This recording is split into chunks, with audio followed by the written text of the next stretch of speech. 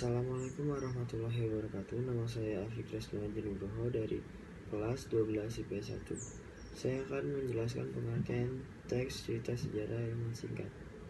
Pengertian teks cerita sejarah adalah kisah imajinatif yang ditulis dengan tokoh dan latar belakang yang benar-benar terjadi. Walaupun imajinatif, teks cerita sejarah ini tetap memuat sejarah yang faktual. Assalamualaikum warahmatullahi wabarakatuh. Nama saya Dinda Zaidatul dari kelas 12 IPS 1 akan menyampaikan ciri-ciri teks cerita sejarah. Yang pertama, disajikan secara kronologis atau urutan peristiwa atau urutan kejadian. Yang kedua, bentuk teks tersebut yaitu teks cerita sejarah. Yang ketiga, struktur teksnya orientasi, urutan peristiwa, reorientasi. Yang keempat, umumnya sering memakai konjungsi temporal. Yang kelima, berisikan sebuah fakta yang terjadi. Nama saya Agnes Andini, saya akan menjelaskan struktur teks cerita sejarah. Teks cerita sejarah ini sama dengan cerita lainnya seperti novel, cerpen, dan lain-lain yang dikategorikan dalam cerita ulang. Baik novel cerita sejarah ataupun teks cerita sejarah ini memiliki struktur teks yang sama, yakni yang pertama ada pengenalan situasi cerita atau orientasi. Pada bagian ini penulis mengenalkan latar belakang peristiwa atau kejadian awal peristiwa. Yang kedua, pengungkapan peristiwa. Bagian ini mengungkapkan peristiwa atau kejadian awal yang berpotensi menimbulkan masalah. Yang ketiga, ada konflik. Di sini terjadi peningkatan masalah yang menyebabkan kesukaran tokoh ikut meningkat pula. Yang keempat itu ada puncak konflik. Bagian ini tuh paling mendebarkan, menghebohkan.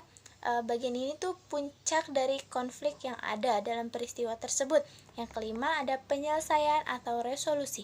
Jika tidak ada koda, biasanya bagian ini merupakan akhir cerita atau ending yang berisi tentang pengungkapan para tokoh utama dan tokoh lainnya dalam menyelesaikan masalah tersebut. Yang keenam ada koda, merupakan komentar yang membahas kembali isi semua cerita dan perilaku tokoh yang terlibat. Terkadang bagian ini memberikan interpretasi amanat yang tetapi tidak dianjurkan. Assalamualaikum warahmatullahi wabarakatuh. Saya Anastasia Rizky. Saya di sini akan menjelaskan tentang kaidah kebahasaan teks sejarah. Teks sejarah memiliki kaidah kebahasaan sebagai berikut. 1. Adanya pronomina atau kata ganti. Contohnya kata ganti orang tunggal, yaitu aku, saya, beta, sahaya, dan lain-lainnya. Yang kedua, adanya verbal adverbial, yaitu kata yang menunjukkan peristiwa, waktu, dan tempat. Yang ketiga, adanya verba material, yaitu kata yang menunjukkan suatu aktivitas yang menggunakan fisik dalam melakukannya. Contohnya mendorong, melempar, membaca, dan lain-lainnya. Dan yang ketiga, adanya konjungsi waktu. Contohnya setelah itu, kemudian, lalu, dan lain-lainnya. Dan yang terakhir, adanya kata majemuk. Terima kasih. Assalamualaikum warahmatullahi wabarakatuh. Nama saya Alif Amelia dari kelas 12 IPS 1 dari kelompok 1. Saya akan membacakan contoh teks sejarah yang berjudul Tsunami di Aceh. Orientasi. Peristiwa yang sangat memilukan terjadi di bumi Serambi Mekah, Aceh. Gempa bumi dan tsunami Aceh pada hari Minggu pagi 26 Desember 2004. Kurang lebih 500.000 nyawa melayang dalam sekejap di seluruh tepian dunia yang berbatasan langsung dengan Samudra Hindia. Urutan peristiwa. Gempa terjadi pada waktu tepatnya jam 7.5853 waktu Indonesia Barat. Pusat gempa terletak pada bujur 3.316 derajat N, 95.854 derajat E, kurang lebih 160 km sebelah barat Aceh sedalam 10 km. Gempa ini berkekuatan 9,3 berskala Richter dan dengan ini merupakan gempa bumi terdahsyat dalam kurun waktu 40 tahun terakhir yang menghantam Aceh, pantai barat, semenanjung Malaysia, Thailand, pantai timur, Sri Lanka, bahkan sampai pantai timur Afrika.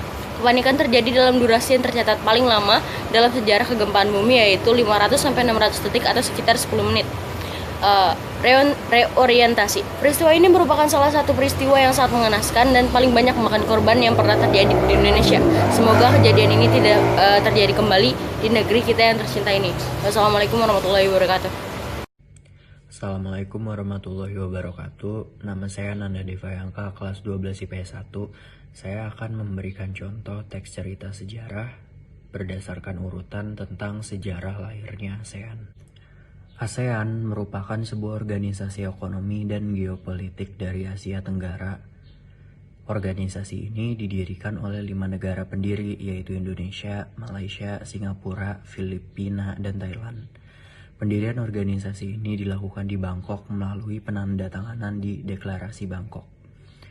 Awalnya, organisasi ASEAN memiliki 5 negara anggota yang mendirikan organisasi ini. 7 tahun kemudian Brunei Darussalam memutuskan untuk ikut menjadi anggota ASEAN dan disusut negara-negara Asia Tenggara lainnya seperti Vietnam, Laos, Myanmar, dan Kamboja. Setelah bertahun-tahun berdiri dan berkembang, ASEAN akhirnya melakukan perluasan anggota dengan negara-negara tetangga sekitar Asia Tenggara seperti Timur Leste, Taiwan, Papua Negeri, dan juga Bangladesh.